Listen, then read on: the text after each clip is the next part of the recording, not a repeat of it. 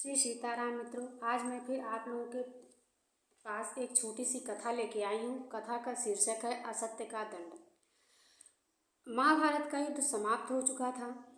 युधिष्ठिर जी अश्वमेध यज्ञ कर चुके थे और उन्हें सूचना मिली कि थोड़े दिन बाद सूचना मिली कि भगवान श्री कृष्ण भी वैकुंठ धाम को जा चुके हैं। तब युधिष्ठिर ने अपना सारा राजभार अभिमन्यु के पुत्र परीक्षित को सौंप करके चारों भाई और द्रौपदी के सहित तीर्थाटन पे निकल लिए।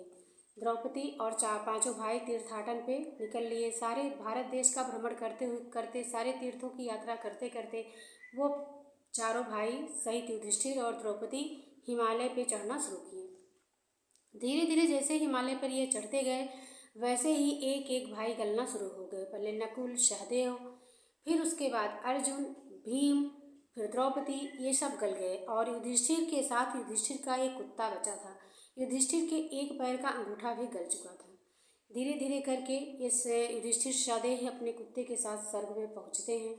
तो वहाँ पे जो द्वारपाल रहता है स्वर्ग का, वो युधिष्ठिर को देखता है और कहता, आइए धर्मराज, आपका स्वागत है। हमें चित्रगुप्त ने आपके स्वागत के लिए यहाँ भेजा है।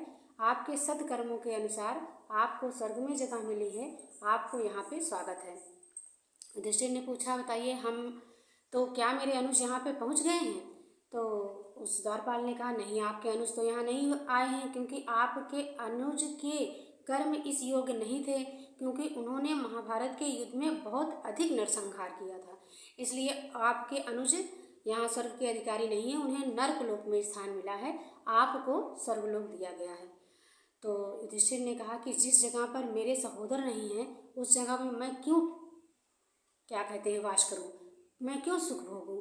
क्योंकि जब मैंने दुख अपने अनुजों के साथ भोगा है तो मैं सुख भी अपने अनुजों के साथ भोगूंगा, क्योंकि मेरे अनुज ने जो भी कार्य किए, अच्छा या बुरा, सब मेरे लिए किया था। इसलिए मैं कोई ऐसा कौन सा ऐसा सहोदर होगा जो अपने सुख के समय अपने भाइयों को छोड़ दे? उससे जैसा पतित संसार में कोई नहीं है। इसलिए कृपया आप मुझे मेरे भाइयों के साथ ले चलिए, मैं नरक में ही रहूँगा अपने भाइयों के साथ। द्वारपाल बिना युधिष्ठिर के प्रश्न का जवाब दिए युधिष्ठिर को लेकर के चल देते हैं। जब वो नर्क लोग पहुँचते हैं तो देखते हैं कि वहाँ पर युधिष्ठिर देखते हैं कि वहाँ पर लोग अपने कर्मों के हिसाब से तरह तरह की यातनाएं भोग रहे हैं, बहुत अधिक यातनाएं भोग रहे हैं। ऐसा देख करके युधिष्ठिर के आंखों में अश्रु की धारा बहने लगती है। युधिष्ठिर बहुत विचलित हो जाते हैं और यह सोचते हैं कि मेरे भाई भी इसी तरीके की यातना भोग रहे हैं। यह सोच करके वे इधर उधर दौड़ने लगते हैं नर्कलोक में। इधर उधर दौड़ते समय पूरे नर्क का वो भ्रमण कर लेते हैं और कहीं पर भी उन्हें अपने भाई दिखाई नहीं देते हैं। फिर आकर के वे द्वारपाल से पूछते हैं, बताइए मेरे अनुज कहाँ हैं? यहाँ पर मेरे अनुज नहीं दिखाई दे रहे हैं।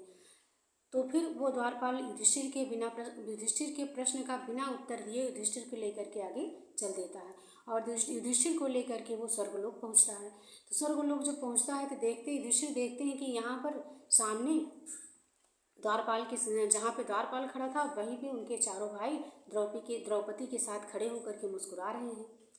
तो युधिष्ठिर देख करके प्रसन्न हो गए और अपने भाइयों को देखकर सब आपस में गले मिलने लगे। तो युधिष्ठिर ने कहा, आखिर बताइए, जब मेरे भाइयों को स्वर्ग में स्थान मिला तो आप मुझे नर्क लोक क्यों ले गए, वहाँ पे भ्रमण क्यों कराए? तो द्वारपाल ने कहा कि आप सत्यवादी हैं, आपने पूरे जीवन सत्य ही धारण किया है, सत्य के सिवा और कुछ नहीं बोला। लेकिन महाभारत के युद्ध में द्रोण के वध के समय आपने एक असत्य बोला था, उसी का फल आपको मिला है। आपने कहा था, जब द्रोणाचार्य ने आपसे पूछा कि युधिष्ठिर तुम सत्यवादी हो, तुम बताओ अश्वत्थामा मारा गया कि नहीं? तब आपने क्या कहा था कि अश्वत्थामा मरो नरो या कुंजरो। आपने कहा अश्वत्थामा मारा गया, नर या हाथी। उसी समय भगवान कृष्ण ने शंख बजा दिया और हाथी का स्वर नरो या कुंजरों का स्वर दब गया। जब कुंजरों का स्वर दब गया तो द्रोणाचार्य सुन नहीं पाए और उन्होंने अपना धनुष रख करके बैठ गए। उसी समय धृष्टद्युम्न जा करके उनका वध कर देते हैं। तो इसी असत्य का दंड आपको लगा, इसी वजह से आपको नरक लोक का भ्रमण करना पड़ा। श्री सीताराम मित्रों।